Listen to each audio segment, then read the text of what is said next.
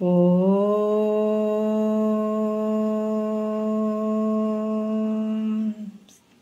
ಗುರುರ್ಬ್ರಹ್ಮ ಗುರುರ್ವಿಷ್ಣು ಗುರುರ್ದೇವೋ ಮಹೇಶ್ವರಃ ಗುರು ಸಾಕ್ಷಾತ್ ಪರಬ್ರಹ್ಮ ತಸ್ಮೈ ಶ್ರೀ ಗುರವೇ ನಮಃ. ಧ್ಯಾನ ಮೂಲ ಗುರು ಮೂರ್ತಿ ಪೂಜ್ಯ ಮೂಲ ಗುರುಪಾದ ಮಂತ್ರ ಮೂಲ ಗುರು ವಾಕ್ಯ ಮುಕ್ತಿ ಮೂಲ ಗುರುಕೃಪಾ. ಶ್ರೋತ್ರಿಯ ಬ್ರಹ್ಮನಿಷ್ಠ ಸದ್ಗುರು ಬಸವಾನಂದರ ಪಾದಕಮಲಗಳಿಗೂ ಅವರ ಪ್ರತಿರೂಪದಂಥ ನಿಜಗುಣಪ್ಪನವರ ಪಾದಕಮಲಗಳಿಗೂ ನನ್ನ ದೀರ್ಘದಂಡ ಪ್ರಣಾಮಗಳನ್ನು ಸಲ್ಲಿಸುತ್ತಾ, ಸದ್ಗುರು ಮಾರ್ಥಂಡ ಸಾಬಾಯಿ ಸದ್ಗುರುಗಳ ಪಾದಕಮಲಗಳಿಗೂ ಹಾಗೂ ರಾಯಪ್ಪ ಸದ್ಗುರುಗಳ ಪಾದಕಮಲಗಳಿಗೂ ನನ್ನ ದೀರ್ಘದಂಡ ಪ್ರಣಾಮಗಳನ್ನು ಸಲ್ಲಿಸುತ್ತಾ, ಗುರು ಸ್ವರೂಪರಾದಂಥ ನನ್ನ ಪತಿದೇವರಿಗೂ ಕೂಡ ನನ್ನ ದೀರ್ಘದಂಡ ಪ್ರಣಾಮಗಳನ್ನು ಸಲ್ಲಿಸುತ್ತಾ, ಮನದಲ್ಲಿ ಸ್ಮರಿಸಿಕೊಳ್ಳುತ್ತಾ ತಮ್ಮೆಲ್ಲರಿಗೂ ವಂದಿಸುತ್ತಾ, ಇವತ್ತಿನ ಕೈವಲ್ಯ ಪದ್ಧತಿ. ಕೈವಲ್ಯ ಅನ್ನುವಂಥದ್ದು ಅಂದರೆ ಏನು ಅಂದ್ರೆ ಮೋಕ್ಷ, ಆನಂದ. ಪದ್ಧತಿ ಅಂದ್ರೆ ದಾರಿ. ನಮ್ಮ ಮೋಕ್ಷ ಅನ್ನುವಂಥ ಮನೆ ತಲುಪಬೇಕು, ಮೋಕ್ಷವನ್ನು ಪಡ್ಕೊಳ್ಬೇಕು, ಆನಂದವನ್ನು ಪಡ್ಕೊಳ್ಬೇಕಂತಂದ್ರೆ ಹಲವಾರು ನಾವು ವಿಚಾರಗಳನ್ನು ಮಾಡಬೇಕಾಗ್ತದೆ. ಯಾಕಂದರೆ ಒಂದು ಮನೆ ಕಟ್ಟಬೇಕಾದಾಗ ನಾವು ಸ್ಟಾರ್ಟಿಂಗಿಂದನೇ ತೊಗೊಳ್ಬೇಕಾಗ್ತದೆ. ಒಮ್ಮೆಲೆ ಬಿಲ್ಡಿಂಗ್ ಆಗಂಗಿಲ್ಲಲ್ಲ, ಕಾಲಮ್ ಅದೆಲ್ಲ ಹಾಕಿ ಗೋಡೆ ಕಟ್ಟಿ ನೀಟಾಗಿ ತೊಗೊಂಡು ಬರ್ತಾರೆ. ಅದ್ರಂಗೆ ಇದು ಬ್ರಹ್ಮಸತ್ಯ ಜಗನ್ಮಿಥ್ಯ ಅನ್ನುವಂಥ ವಾಕ್ಯ ಮಹಾತ್ಮರು ಹೇಳ್ತಾರಲ್ಲ, ಅದು ಅಷ್ಟೇ ಕೇಳಿದ್ರೆ ನಮಗೆ ಬ್ರಹ್ಮ ಸತ್ಯ ಜಗನ್ಮಿಥ್ಯ ಅಂತ ಗೊತ್ತಾಗ್ಬಿಡ್ತದೇನೋ. ಜಗತ್ತು ಮಿಥ್ಯ ಅದ. ಯಾಕಂದರೆ ಈಗ ನಮ್ಮ ಕಣ್ಣಿಗೆ ಕಾಣುವಂಥ ಜಗತ್ತೇನು ಸತ್ಯದಂಗೆ ಕಾಣಕತ್ತದಲ್ಲ, ಇದು ಸತ್ಯ ಅಲ್ಪ, ಇದು ಮಿಥ್ಯೆ ಐತೆ. ಈ ಮಿಥ್ಯವಾದಂಥದ್ದು ಜಗತ್ತು, ಸತ್ಯವಾದಂಥ ವಸ್ತು ಐತಿದ್ರಾಗ. ಆದ್ರೆ ಸತ್ಯ ಇರುವಂಥ ವಸ್ತು ಕಾಣಲಾರ್ದಂಗೆ ಆಗ್ಯದ, ಮಿಥ್ಯೆ ಆಗಿರುವಂಥ ವಸ್ತು ಐತೆ ನಂಗೆ ಕಾಣಕತ್ತದ. ಅದು ಯಾವುದರಿಂದ ಅಂದ್ರೆ ನಮ್ಮ ಬುದ್ಧಿ ಭ್ರಮೆಯಿಂದ, ನಮ್ಮ ಭ್ರಮೆಯಿಂದ ಹಿಂಗೆ ತೋರಾಕತ್ತದ. ಅದಕ್ಕೆ ಇದನ್ನು ಕಳೆಯೋದಕ್ಕಾಗಿ ಮಹಾತ್ಮರು ಇಷ್ಟೆಲ್ಲ ಹೇಳ್ತಾ ಬರ್ತಾರೆ. ಅದಕ್ಕೆ ಈ ಕೈವಲ್ಯ ಪದ್ಧತಿ ಒಳಗೆ ಎಲ್ಲವನ್ನ ನಮಗೆ ಏನೇನು ಬೇಕೋ ಅಲ್ಲಿಗೆ ಹೋಗೋಕೆ, ಆನಂದವನ್ನು ಪಡ್ಕೊಳ್ಳೋಕೆ, ಅಂಥ ಮುಕ್ತಿಯ ಒಂದು ಸ್ಥಿತಿಯನ್ನು ನಾವು ಆ ಸ್ಥಿತಿಯಲ್ಲಿ ಇರೋಕ್ಕೆ ಏನೇನು ಬೇಕೋ ಅದೆಲ್ಲವನ್ನು ನಿಜಗುಂಡ್ರು ನಮಗೆ ಹೇಳಿದ್ದಾರೆ. ಆದರೆ ಅದಕ್ಕೆ ಇದು ಕ್ರಮವಾಗಿ ಹೋಗುವಂಥದ್ದು. ಇಲ್ಲಿ ಬಹಳ ಚಂದ. ಅದಕ್ಕೆ ಕ್ರಮ ಅನ್ನುವಂಥದ್ದು ಭಾಳ ಮುಖ್ಯ. ನಾವು ಲೌಕಿಕದಲ್ಲಿ ಕಾಣ್ತೀವಿ. ಯಾಕಂದ್ರೆ ಒಂದು ಮಗು ಆಗಬೇಕಾದ್ರೂ ಕೂಡ ಅಲ್ಲಿ ಕ್ರಮ ಐತೆ, ಹೌದಾ?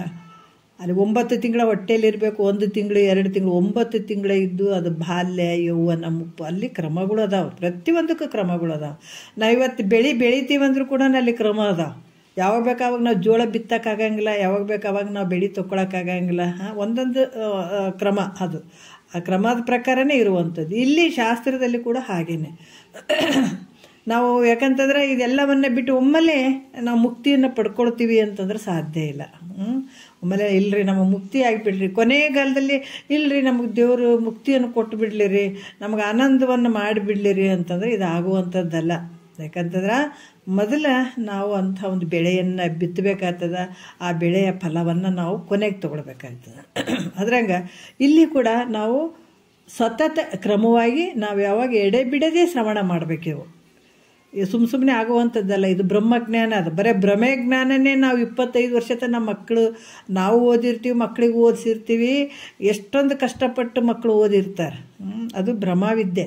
ಆದರೆ ಇದು ಬ್ರಹ್ಮವಿದ್ಯೆ. ಇದಕ್ಕೆ ಪ್ರಯತ್ನ ಪಡಲಾರ್ದ ಅಂದ್ರೆ ಬರೋಂಗಿಲ್ಲ. ಇದು ಪ್ರಯತ್ನ ಪಟ್ಟೆ ಮಾಡ್ಕೊಳ್ಬೇಕಾದಂಥದ್ದು. ಇಲ್ಲಿ ಕೈವಲ್ಯ ಪದ್ಧತಿ ನಿಜಗೊಂಡ್ರು ಭಾಳ ಅದ್ಭುತವಾಗಿ ಹೇಳಿದ್ದಾರೆ. ಇದರಲ್ಲಿ ನಾವೇನು ನೋಡ್ತಾ ಇದ್ದೀವಿ, ಶಿವಕಾರುಣ್ಯ ಸ್ಥಳದಲ್ಲಿ ನಾವು ನೋಡಕತ್ತೀವಿ. 10ನೇ ಪದ ಅದು. 10ನೇ ಪದದಲ್ಲಿ ಏನು ಹೇಳ್ತಾ ಇದ್ದಾರೆ, ಪರಮಾತ್ಮನ ಒಂದು ವಿಚಾರವನ್ನು ಹೇಳ್ತಾ ಇದ್ದಾರೆ. ಇದನ್ನೇ ಪರಮಾತ್ಮ ಅನ್ನುವಂಥ ವಿಚಾರವನ್ನು ಹೇಳ್ತಾ ಇದ್ದಾರೆ. ಏನು ಹೇಳ್ತಾ ಇದ್ದಾರೆ, ಲಾಸ್ಟ್ ಕೊನೆಯ ಒಂದು ನುಡಿ ಹಿಡ್ಕೊಂಡು ನಾವು ನೋಡಬೇಕಾಗ್ತದೆ. ಅಗಣಿತ ಮಹಿಮೆಯ ನಗಲದ ವಿಭವನೆ ಜಾಣರ ದೇವ, ಸೊಗಸುವ ಸುಗುಣ ಸಂತತಿ ಗೂಡಿದ ಭವನೆ ಜಾಣರ ದೇವ ಅನ್ನುವಂಥ ವಿಚಾರವನ್ನು ಹೇಳ್ತಾ ಬಂದಿದ್ದಾರೆ. ಯಾಕಂದ್ರೆ ಏನು ಹೇಳ್ತಾರೆ ಅಂದ್ರೆ, ಅಗಣಿತ ಮಹಿಮೆಯ ಅಂದ್ರೆ ಲೆಕ್ಕಕ್ಕೆ ಬಾರದೇ ಇರುವಷ್ಟು ಮಹಿಮೆಗಳನ್ನು ಹೊಂದಿದಂಥವನು ಯಾರು? ಪರಮಾತ್ಮ. ಯಾಕಂದ್ರೆ ಈತ ಹೆಂಗಂತಂದ್ರೆ ಜಾಣರಲ್ಲಿ ಜಾಣನಾದಂಥವನು. ಬುದ್ಧಿವಂತರಲ್ಲಿ ಶ್ರೇಷ್ಠನಾಗಿರುವಂಥವನು ಯಾರು? ಪರಮಾತ್ಮ ಅನ್ನುವಂಥ ವಿಚಾರವನ್ನು ಅಲ್ಲಿ ಹೇಳ್ಕೊತ ಬಂದಾರ. ಈಗ ಹೇಳ್ತಾರೆ 5ನೇ ನುಡಿ ನೋಡೋಣ. ಕೊನೆಯ ನುಡಿ ನಿನ್ನೆ ಕೂಡ ಹೇಳಿದರು. ಹರಿ ಮತ್ತು ಬ್ರಹ್ಮರ ವಾದವನ್ನು ಬಿಡಿಸಿದವನು ಯಾರು? ಆತ ಯಾಕಂದರೆ ಪರಮಾತ್ಮ ಇದ್ದಾನ ಅನ್ನುವಂಥ ಕೆಲವೊಂದು ವಿಚಾರಗಳನ್ನು ಹೇಳಿದರು. ಎಲ್ಲೆಲ್ಲಿ ನೀವು ಭಾವ ಮಾಡ್ತೀವಿ ಅಲ್ಲೆಲ್ಲಿ ತೋರ್ತಾನೆ ಪರಮಾತ್ಮ ಅನ್ನುವಂಥದ್ದು. ಪರಮಾತ್ಮ ಪರಿಚ್ಛೇದನಾಗಿ ಇರುವಂಥವನಲ್ಲ, ಪರಿಪೂರ್ಣವಾಗಿರುವಂಥವನು ಅನ್ನುವಂಥ ವಿಚಾರವನ್ನು ನಿನ್ನೆ ವಿಷಯದಲ್ಲಿ ಸರ್ವತ್ರವಾಗಿ ಇರುವಂಥವನು. ಜಗತ್ತಿನೊಳಗೆ ಅಸ್ಥಿ ಭಾತಿ ಪ್ರಿಯದಿಂದ ನೋಡಿದಾಗ ನಾವು ಭಗವಂತನ ಎಲ್ಲ ಕಡೆ ಕಾಣ್ಬೋದು, ನಾಮ ಪ್ರಿಯವನ್ನು ಬಿಟ್ಟು ಜಗತ್ತಿನ ಎಲ್ಲ ಕಡೆ ನೋಡ್ಬೋದು. ಅದಕ್ಕೆ ಇಲ್ಲಿ ಕೂಡ ಹೇಳ್ತಾರ, ಹರಿ ಮತ್ತು ಬ್ರಹ್ಮರ ವಾದವನ್ನು ಬಿಡಿಸಿದಂಥ ಪರಮಾತ್ಮ ಆತ ವಿಷವನ್ನು ಪಾನ ಮಾಡಿ ಮರಣವನ್ನು ಗೆದ್ದ. ವಿಷವನ್ನು ಕುಡಿದ್ರೂ ಕೂಡ ಆತ ಮರಣವನ್ನು ಗೆದ್ದ. ಮತ್ತು ಯಾವ ರೀತಿ ಅಂದರೆ ಜನನ ಮರಣದಿಂದ ಕೂಡಿದಂಥ ಜನರು ಯಾರು ಸತ್ಪುರುಷರು ಯಾರು ಒಂದು ಭಗವಂತಗೆ ಶರಣಾಗತನಾಗಿದ್ದಾರ ಅವರು ಈ ಸತ್ಪುರುಷರ ಜನನ ಮರಣ ಅನ್ನುವಂಥ ರೋಗಕ್ಕೆ ಮೊದಲ ವೈದ್ಯನಾಗಿರುವಂಥವನು ಯಾರು? ಪರಮಾತ್ಮ. ಅವನೇ ಶಂಭುಲಿಂಗ ಸ್ವರೂಪನಾದಂಥ ಪರಮಾತ್ಮ ಆಗಿದ್ದಾನ ಅಂತ ಹೇಳ್ತಾರೆ. ನಾವು ಸಗುಣ ರೀತಿಯಲ್ಲಿ ಗುರುನಾಥನನ್ನು ನೋಡ್ಬೋದು. ಸಗುಣ ರೀತಿ ಮತ್ತು ನಿರ್ಗುಣ ರೀತಿಯಲ್ಲಿ ನೋಡೋಕ್ಕಾಗ್ತದಲ್ಲ. ಸಗುಣ ರೀತಿಯಲ್ಲಿ ಪರಮಾತ್ಮನ ಸ್ವರೂಪದಂಥವನು ಸದ್ಗುರು. ಈತ ಜನನ ಮರಣ ಅನ್ನುವಂಥ ಇದಕ್ಕೆ ರೋಗಕ್ಕೆ ವೈದ್ಯನಾಗಿರುವಂಥವನು. ಮತ್ತು 5ನೇ ನುಡಿಯಲ್ಲಿ ಹೇಳ್ತಾರ, ಹರಿ ಅಜರುಗಳ ವಾದವನ್ನು ಮಾಡಿಸಿದನೆ ಜಾಣರ ದೇವ, ಗರಳವ ಸೇವಿಸಿ ಮರಣವ ಗೆಲ್ಲಿದನೆ ಜಾಣರ ದೇವ, ಶರಣ ಜನರ ಭವರುಜಗಾದಿ ವೈದ್ಯನೇ ಜಾಣರ ದೇವ, ಪರಿಭಾವಿಸಲು ಶಂಭುಲಿಂಗ ನೀನೋರ್ವನೇ ಜಾಣರ ದೇವ. ಎಷ್ಟು ಅದ್ಭುತವಾಗಿ ಹೇಳ್ತಾರೆ ನೋಡ್ರಿ.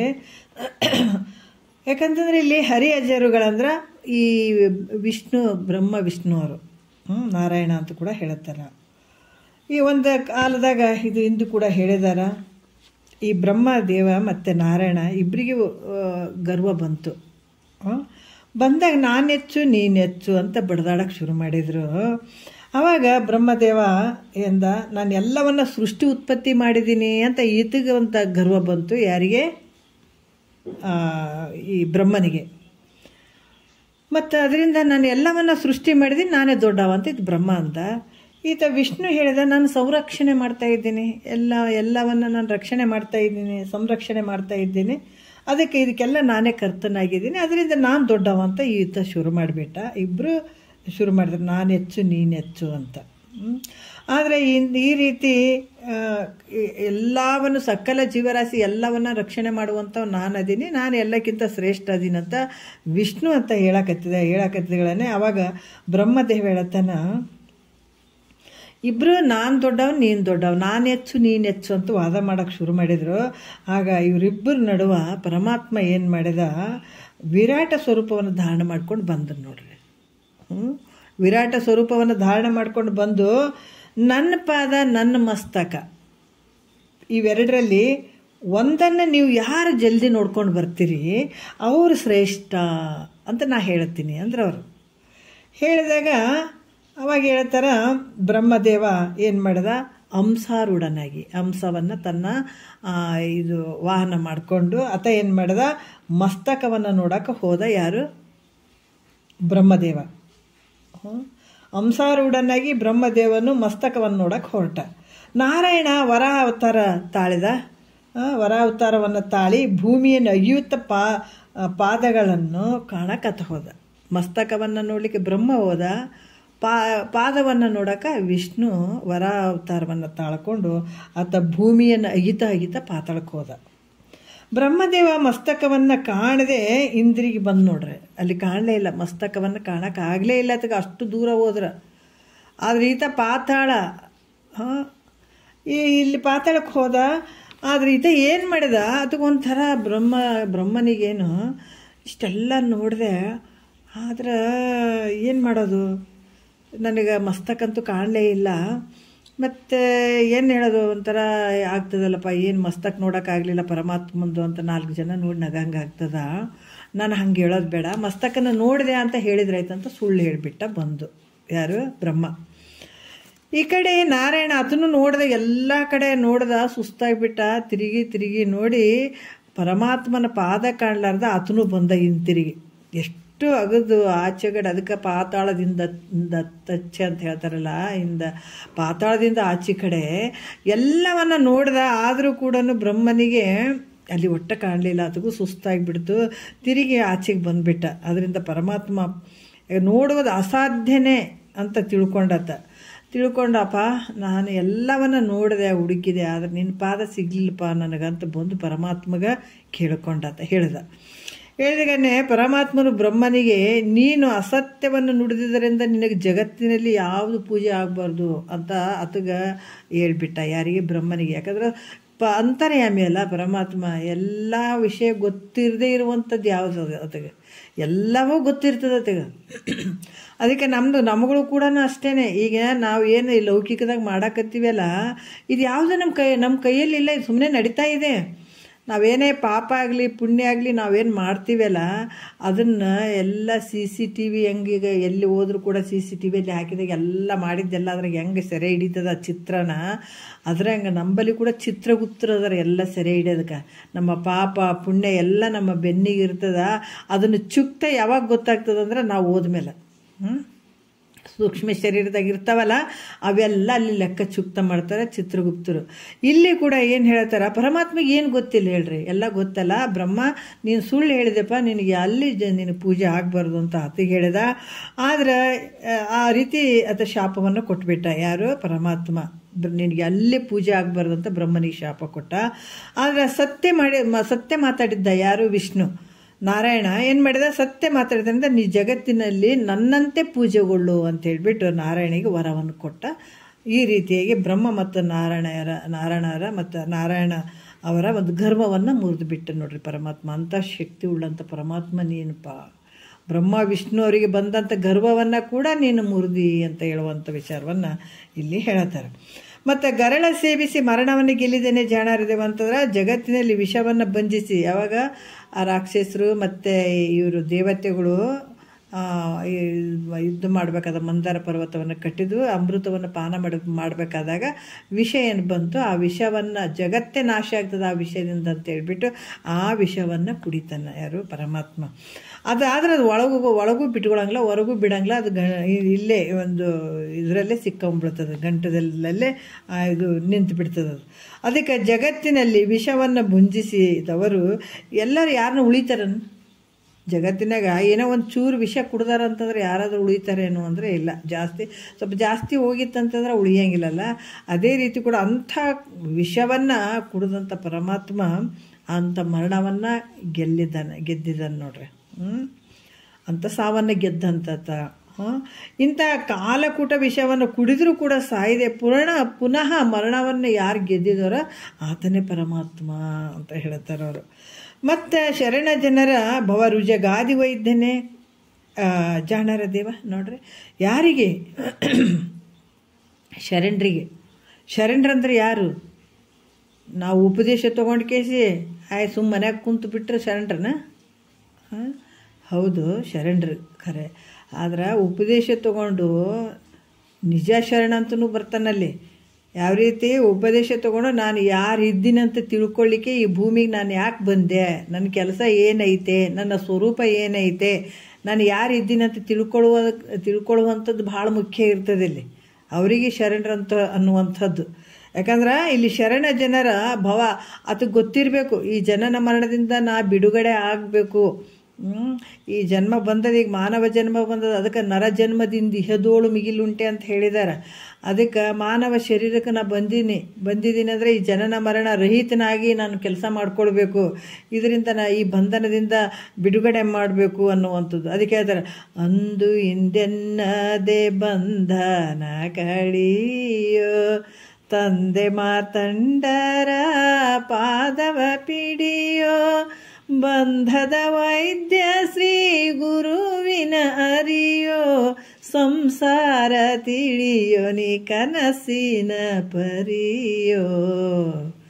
ಏನ್ರಿ ಎಷ್ಟು ಅದ್ಭುತವಾಗಿ ಹೇಳಿದಾರಲ್ಲ. ಯಾಕ ಅಂದು ಹಿಂದೆನ್ನದೆ ಗುರುವಾಕ್ಯ ಕೇಳಕ್ಕೆ ಹಂಗೆ ನಾಳೆ ನಾಡ್ದಂತ ಅನ್ನಬಾರ್ದಪ್ಪ ಅಂತಾರ ಅವ್ರು. ಮಹಾತ್ಮರು ಹೇಳ್ತಾರ, ಗುರುವಾಕ್ಯ ಭಾಳ ಕೆಲಸ ಮಾಡ್ತದದು. ಗುರುವಾಕ್ಯವನ್ನು ಕೇಳಕ್ಕೆ ನಾಳೆ ನೋಡಮ್ಮ, ನಾಡ್ದು ನೋಡಮ್ಮ, ಆವಾಗ ನೋಡಮ್ಮ, ಈಗ ನೋಡಮ್ಮ, ಆ ಕೆಲಸ ಐತಿ, ಈ ಕೆಲಸ ಐತಿ, ಇದು ನೋಡಿದ್ರೆ ನೀನು ಯಾವಾಗ ಇಂಥ ಬಂಧನದಿಂದ ಪಾರಾಗ್ತಿ, ಇಂಥ ದುಃಖದಿಂದ ಪಾರಾಗ್ತಿ? ಸುಖ ಅಂತಲೇ ಸಂಸಾರ ಮಾಡಾಕತ್ತಿ ಇಲ್ಲ? ಐತನು ಸುಖ ಏನಾದ್ರೂ ಇದ್ರಾಗ? ಸುಖ ಬೇಕು, ಆನಂದ ಬೇಕಂತಲೇ ಇಷ್ಟೆಲ್ಲ ಸಾಯೋವರೆಗೂ ಬಡ್ದಾಡ್ತಿದ್ದೆ ದಮ್ಮಗಟ್ಟ. ಆದ್ರೆ ನಿಜವಾದ ಸುಖ ಐತೇನು? ಇಲ್ರಿ, ರೊಕ್ಕ ರೂಪಾಯಿದಾಗ ಸುಖ ಐತ್ರಿ. ಹೌದಪ್ಪ, ಸುಖ ಐತೆ. 50-60 ವರ್ಷ ಆಯ್ತಂದ್ಗಳೇ ನೀನು ಅದಕ್ಕೆ ಹತ್ರ ಆಗಿಬಿಟ್ಟು ಸಾಯೋದಕ್ಕೆ ಹತ್ರ ಆಗಿಬಿಟ್ಟಿದ್ದೀನಿ. ನೀನು ಆಯುಷ್ಯ ಮುಗಿಲಕ್ಕೆ ಬಂದದ. ಇನ್ನು ಅವಾಗ ದಿವಸ ಎಣಿಸ್ಬೇಕಾಗ್ತದೆ, ಹೌದಲ್ಲ? ಅವಾಗ ಏನು ಮಾಡ್ತೀವಿ? ರೊಕ್ಕಗಳು ಬಿಟ್ಟು ಹೋಗೋದೇ. ನೀ ಏನು ಒಂದು ಪಿನ್, ಒಂದು ಸೂಜಿ, ಒಂದಿಷ್ಟು ಕೂಡ ತೊಗೊಂಡು ಹೋಗೋಕ್ಕಾಗಂಗಿಲ್ಲ. ಮತ್ತು ನಿನಗೇನು ಏಟು ಗಳಿಸಿದ್ರು ಅವಾಗ ಏನು ಚಿಂತೆ ಐತಿತ್ತು? ಎಲ್ಲ ಬಿಟ್ಟು ಹೋಗ್ಬೇಕಾಯ್ತಲ್ಲ ಅನ್ನುವಂಥ ಚಿಂತೆ, ಸಾವಿನ ಚಿಂತೆ ಅಂತೂ ಇರ್ತದಿಲ್ಲ. ಏಟು ಗಳಿಸಿದ್ರು ಕೂಡ ಸಾಯುವಂಥ ಚಿಂತೆ ಇರ್ತದಿಲ್ಲ. ಅದಕ್ಕೆ ಏನು ಸುಖ ಐತೆ ಹೇಳಿದ್ರಾಗ? ಯಾವುದಕ್ಕೆ ಬಡ್ದಾಡಿದೆ? ಸುಖ ಅಂತಲೇ ಬಡ್ದಾಡಿದೆ. ರೊಕ್ಕ ಅಂತ ಗಳಿಸಿದಿ, ರೊಕ್ಕದಿಂದ ಬೆನ್ನತ್ತಿದಿ, ಸಂಪತ್ತಿನಿಂದ ಬೆನ್ನತ್ತಿದಿ, ದಣ್ಕೊಂಡು ಬಿಟ್ಟು. ಆದ್ರೆ ಸುಖ ಐತೆ ನಿನಗೆ? ಇಲ್ಲಲ್ಲ. ಒದ್ದಾಡ್ಕೊತಾನೆ ಹೋಗ್ಬೇಕು, ಬಡ್ದಾಡಿ. ಅದಕ್ಕೆ ಭವಸಾಗರ ಅಂತ ಹೇಳ್ತಾರೆ. ಇದ್ರಾಗ ಸುಖ ಐತಪ್ಪ ಅಂತ ಮಹಾತ್ಮರು ಹೇಳ್ತಾರೆ. ಎದ್ರಾಗ? ಗುರು ವಾಕ್ಯದಲ್ಲಿ. ಅದಕ್ಕೆ ಗುರು ಶ್ರೀ ಗುರು ವಚನದಿಂದ ಅಧಿಕ ಸುಧೆ ಉಂಟೆ ಅಂತ ಹೇಳಿದ್ದಾರೆ. ನಾವು ಇದನ್ನು, ಈ ವಿಷಯವನ್ನು ಚಂದ, ಈಗ ಡಾಕ್ಟ್ರು ಒಂದು ಯಾವುದೋ ಆರಾಮಿರಂಗಿಲ್ಲ ನೋಡ್ರಿ, ಆರಾಮಿರ್ಲಾರ್ದಾಗ ನಮ್ಗೆ ರೋಗ ಗೊತ್ತಾಗ್ಬಿಟ್ಟು ಗುಳಿಗೆ ಕೊಡ್ತಾರೆ. ಅದ್ರ ಪ್ರಕಾರನೇ ಗುಳಿಗೆ ಕೊಡ್ತಾರೆ, ಅದಕ್ಕೆ ತಕ್ಕ ಔಷಧ ಕೊಡ್ತಾರೆ. ಕೊಟ್ಟಾಗ ನಾವು ಸೀರಿಯಸ್ ಆಗಿ ಇಲ್ರಿ ನಮಗಿಂತ ರೋಗ ಐತೆ ಅಂತ ಆ ಗುಳಿಗೆಯನ್ನು ನೀಟಾಗಿ ತೊಗೊಳ್ತೀವಿ, ನಮ್ಗೆ ಕಡಿಮೆ ಆಗ್ತದಿಲ್ಲ. ಅದ್ರಂಗ ಇಲ್ಲಿ ನಿನಗೆ ಬಂದಂಥ ರೋಗ ಯಾವುದು? ಭವರೋಗದ ಆ ಗುಳಿಗೆಯನ್ನು ತೊಗೊಂಡು ನೀ ಹೆಂಗೆ ಆರಾಮಾದಿ, ಅದ್ರಂಗೆ ಗುರುವಾಕ್ಯ ಅನ್ನುವಂಥ ನೀ ಗುಳಿಗೆ ತೊಗೊಳ್ತಾ ಹೋದಿ ಅಂತಂದ್ರೆ ಈ ಭವರೋಗ ನಿವೃತ್ತಿ ಆಗ್ತದ ನೋಡ್ರಿ. ಯಾಕಂತಂದ್ರೆ ಅಂಥ ಒಂದು ಆವಾಗ ಈಗ ಅನ್ನಬೇಡ ಅಂತ ಹೇಳ್ತಾರೆ ಅವರು. ನೀನು ಊಟಕ್ಕೆ ಅದಕ್ಕೆ ನಾಳೆ ನಾಡ್ದು ಉಣ್ತೀನಿ ರೀ, ನಾಡ್ದು ಉಣ್ತೀನಿ ರೀ, ನಾಳೆ ಉಣ್ತೀನಿ ರೀ ಅಂತ ಅಂತೀವೇನು ನಾವು? ಇಲ್ರಿ, ಮುಂಜಾನೆ ಉಣ್ಲಿಲ್ಲ ಅಂದ್ರೆ ನಡೆಯಂಗೆ ಇಲ್ರಿ, ನಮ್ಗೆ ಆ್ಯಸಿಡಿಟಿ ಆಗ್ಯದ್ರಿ ಅಂತೀವಿ. ಈಗಂತೂ ಮುಂಜಾನೆ ಟಿಫನ್ ಬೇಕು, ಮಧ್ಯಾಹ್ನ ಊಟ ಬೇಕು, ರಾತ್ರಿ ಊಟ ಬೇಕು. ಯಾರನ್ನ ಊಟನೇ ಮಾಡೋದು ಬೇಡ ಬಿಡ್ರಿ, ಇವತ್ತು ಒಂದು ದಿವಸ ಎಲ್ರಿ ಬೇರೆ ಕೆಲಸಗಳು ಅದಾವೆ, ಎಲ್ರಿ ಊಟ ಮಾಡಮ್ಮಂತ ಅಂತೀವೇನು? ಹೆಂಗಿದ್ರು ಕೂಡ ಅದಕ್ಕೆ ಟೈಮ್ ಕೊಡ್ತೀವಿಲ್ಲ. ಅದಕ್ಕೆ ಯಾವತ್ತು ನಾವು ನಾಳೆ ನಾಡ್ದು ಅಂದೀವೇನು? ಯಾವುದಕ್ಕನ ಉಣೋದಕ್ಕೆ, ತಿನ್ನೋದಕ್ಕೆ, ಅದಕ್ಕೆ ಯಾವುದಕ್ಕೆ ಅಂದಿಲ್ಲ. ಆದ್ರೆ ಅದಕ್ಕೆ ನಾವು ಆರಾಮಾಗಿ ಖುಷಿಯಾಗಿರ್ತೀವಿ, ಚಂದ, ಅದು ಹೆಲ್ತಿಗೆ ಚಲೋ ರೀ, ಚಂದ ಇರ್ಬೇಕಂತ ಊಟ ಮಾಡ್ತೀವಿ, ಹೌದಿಲ್ಲ? ಏನಾದರೂ ತೊಗೊಂಡು ತಿಂತೀವಿ, ಮಾಡ್ತೀವಿ, ಅದಕ್ಕೆ ಯಾವುದೂ ಬಿಟ್ಟಿಲ್ಲ. ಆದರೆ ಅದೆಲ್ಲಕ್ಕಿಂತ ಶ್ರೇಷ್ಠವಾದಂಥದ್ದು ಗುರುವಾಕ್ಯ. ಅದಕ್ಕೆ ಅಂದು ಎಂದೆನ್ನದೆ ಅವಾಗಿವಾಗ ಅಂತ ಅನ್ನುವಂಥದ್ದಲ್ಲ, ಶಿಷ್ಯನೂ ಹೇಳುವಂಥದ್ದಲ್ಲ. ನನಗೆ ಆ ಕೆಲಸ, ಈ ಕೆಲಸ, ನಿನ್ಗೆ ಸಾಯೋವರೆಗೂ ಕೆಲಸ ಮುಗಿಯಂಗಿಲ್ಲ. ಏನಾದರೂ ಬಂದು ತಲೆಗೆ ಹೊಕ್ಕತ್ತಾವೆ.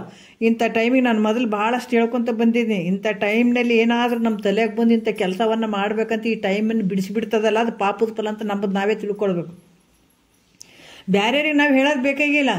ನಮಗೆ ಇಂಥ ಟೈಮಿಗೆ ಇಂಥ ಕೆಲಸ ಬಂದು ಹತ್ತಿತ್ತಪ್ಪ, ಅದಕ್ಕೆ ನಮಗೆ ಕೇಳೋಕೆ ಆಗ್ತಾ ಇಲ್ಲ ಅಂತ ಅನ್ನೋದಂಥ ಭಾವ ಬಂದರೆ ಅದು ಇಲ್ಲೇ ಅಂತ ನಾ ಹೇಳಂಗಿಲ್ಲ. ಎಲ್ಲಾದರೂ ಸತ್ಸಂಗ, ಸತ್ಯ ವಸ್ತು ಇರಬೇಕಲ್ಲಿ. ಸತ್ಯ ವಸ್ತು ಇರಬೇಕು, ಸತ್ಯ ವಸ್ತು ತಿಳಿಸುವಂಥದ್ದು ಇರಬೇಕು. ನಮ್ಮ ಭವರೋಗ ಕಳೆಯುವಂಥ ತಾಕತ್ತ, ಆ ಶಕ್ತಿ ಆ ವಾಕ್ಯದಲ್ಲಿರಬೇಕು. ಅಂತಲ್ಲಿ ಎಲ್ಲಾದರೂ ಕೇಳಬಹುದು. ಆ ಸಂದರ್ಭದಲ್ಲಿ ನಮಗೆ ಕೇಳಲಾರ್ದಂಗೆ ಮಾಡಿದಂಥ ಏನಾದರೂ ಕೆಲಸಗಳಿದ್ದು ಹಂಗಾಯ್ತಪ್ಪ ಅಂದ್ರೆ ಕೇಳಬಾರ್ದೇನ್ರಿ? ನಮ್ಮ ಕೆಲಸಗಳು ಇರ್ತಾವಲ್ರಿ, ಅಂದರೆ ಕೆಲಸಗಳು ಮಾಡಬಾರ್ದೇನೋ ಅಂತಂದ್ರೆ ಹಂಗಲ್ಲ. ಆದರೆ ನೀನು ಎಲ್ಲರೇ ಇರು, ಆದರೆ ಈ ಸಮಯವನ್ನು ನೀನು ಮಾಡ್ಕೊಳ್ಬೇಕಾಗ್ತದ, ಅಥವಾ ಯಾವುದೋ ರೂಪದಿಂದ ನೀನು ಈ ವಿಚಾರವನ್ನು ಕೇಳೋಕ್ಕೆ ಬಡ್ದಾಡಬೇಕಾಗ್ತದೆ. ಇಲ್ಲ ಅಂತಿಲ್ಲ. ಯಾಕಂದರೆ ಪ್ರಯತ್ನ ಪಟ್ಟೆ ನಾವು ಎಲ್ಲಷ್ಟು ಮಾಡ್ತೀವಿ. ಸಂಸಾರದಾಗ ಪ್ರಯತ್ನ ಪಟ್ಟಾಗ ಮಾತ್ರ ಎಲ್ಲಷ್ಟು ಆಗ್ತದೆ, ಇಲ್ಲಾಂದ್ರೆ ಆಗಂಗಿಲ್ಲ. ಇದು ಮಾತ್ರ ಪ್ರಯತ್ನ ಇಲ್ಲದೆ ಆಗಬೇಕು ಅಂದ್ರೆ ಆಗಂಗಿಲ್ಲ. ಯಾಕಂದ್ರೆ ಸುಖ ಅಂತ ಬಯಸಕತ್ತಿದೆ, ಆದರೆ ನಿಜವಾದ ಸುಖ ಯಾವುದು, ನಿಜವಾದ ದುಃಖ ಯಾವುದು ಅಂತ ಗೊತ್ತು ಮಾಡ್ಕೋಬೇಕಾಗ್ತದೆ. ನೀನು ನಾ ಮಾಡುವಂಥ ಕೆಲಸನೇ ನಿಜವಾದ ಸುಖ ಅಂತ ಅಂದ್ಕೊಂಡಿದ್ರೆ ನಿನ್ನ ತಪ್ಪು, ನಿನ್ನ ಮನಸ್ಥಿತಿ ತಪ್ಪದಪ್ಪ, ನಿನಗೆ ಭ್ರಾಂತಿ ಅದು ಅಂತ ಗುರುಗಳು ಹೇಳ್ತಾರೆ. ಅದು ಗುರುಗಳ ಹತ್ರ ಬಂದಾಗ ಹೇಳ್ತಾರೆ. ಇದು ಸುಮ್ಮನೆ ಕೆಲಸ ಮಾಡೋರಿಗೆ ನಿಂದು ಭ್ರಾಂತಿ ಐತಪ್ಪ, ನೀ ಕೆಲಸ ಮಾಡಬಾರ್ದು ಅಂತ ಹೇಳ್ತಾರನ್ನ ಅವ್ರು ಹೇಳಂಗಿಲ್ಲ. ಯಾಕೆ ಹೇಳಂಗಿಲ್ಲ? ಏನು ಇನ್ನು ಅವ್ರ ಇಷ್ಟ, ಅವರಿಗೆ ಆ ಥರ ಆಗ್ಯದಂದ್ರೆ ಅವ್ರು ಅದನ್ನೇ ಸತ್ಯ ಅಂದ್ಕೊಂಡು ಹೋಗ್ಲಿ ಬಿಡು ಅಂತಾರೆ. ಯಾವಾಗ ಗುರುನಾಥನ ಪಾದಕ್ಕೆ ಬಂದು ಬಿದ್ದಾಗ ಯಾವುದು ಸತ್ಯ ಮಿಥ್ಯೆ ಐತಪ್ಪ, ನನ್ನ ಸುಖ, ನಿಜವಾದ ಸುಖ ಯಾವುದು, ನಿಜವಾದ ದುಃಖ ಯಾವುದು ಅಂತ ಗೊತ್ತಾಗಲಿ ಅಂತ ಅನ್ನೋದಾದ್ರೆ ಅವಾಗ ಸ್ವಲ್ಪ ಹೇಳ್ತಾರೆ ನಿನಗೆ, ಇದು ನೋಡಪ್ಪ, ಇದು ನಿಜವಾದ ದುಃಖ ಅದ, ಇದು ನಿಜವಾದ ಸುಖ ಅದ ಅಂತ ಹೇಳ್ತಾರೆ. ಆದರೆ ಹಂಗೆ ಇಲ್ಲಿ ಕೂಡ ಅಂಥ ಒಂದು ಸಮಯ ಸಂದರ್ಭವನ್ನು ಇಟ್ಕೊಂಡು ಅಂದು ಹಿಂದೆನ್ನದೇ ಬಂದನ್ನ ಕಳೆಯು. ಗುರುನಾಥನು ಅಂಥ ಶಿಷ್ಯ ಏನಾದರೂ ಉದ್ಧಾರ ಮಾಡು ಅಂತ ಹೇಳಿದಾಗ ಗುರು ಕೂಡ ಹಿಂದೆ ಮುಂದೆ ನೋಡಬಾರ್ದು. ನಾಳೆ ಬಾ, ನಾಡ್ದು ಬಾ, ಒಂದು ತಿಂಗಳು ಬಿಟ್ಟು ಬಾ. ಯಾಕಂದ್ರೆ ನಾಳೆ ನಾಡ್ದಾಗ ಶರೀರ ಹೆಂಗಾಗ್ತದೋ ಹೆಂಗಿಲ್ಲ ಗೊತ್ತಿಲ್ಲ. ಹಿಂದಿನ ತೀವ್ರತೆ ಇತ್ತಂದರೆ ಬ್ರಹ್ಮಸತ್ಯ ಜಗನ್ಮಿತ್ಯ ಅಂತ ಗುರುವಾಕ್ಯ ಅದು ಬಂದಾಗ ನೀನು ಹಿಂದಿನ ಸಂಸ್ಕಾರ ಜಾಸ್ತಿ ಇದ್ದಾಗ ಅದನ್ನು ತಿಳ್ಕೊಂಡು ಮುಕ್ತನಾಗ ಆಗ್ಬೋದು, ಇಲ್ಲ ಹೇಳೋಕ್ಕಾಗಲ್ಲ. ಅದಕ್ಕೆ ನೀನು ನಾಳೆ ನಾಡ್ದಂತಂದರೆ ಶರೀರ ಗುರುವಿಂದನೂ ಶಾಶ್ವತ ಅಲ್ಲ, ಶಿಷ್ಯಂದು ಶಾಶ್ವತ ಅಲ್ಲ. ಈ ಶರೀರ ಯಾವಾಗ ಹೋಗ್ತದೋ ಗೊತ್ತಿಲ್ಲ.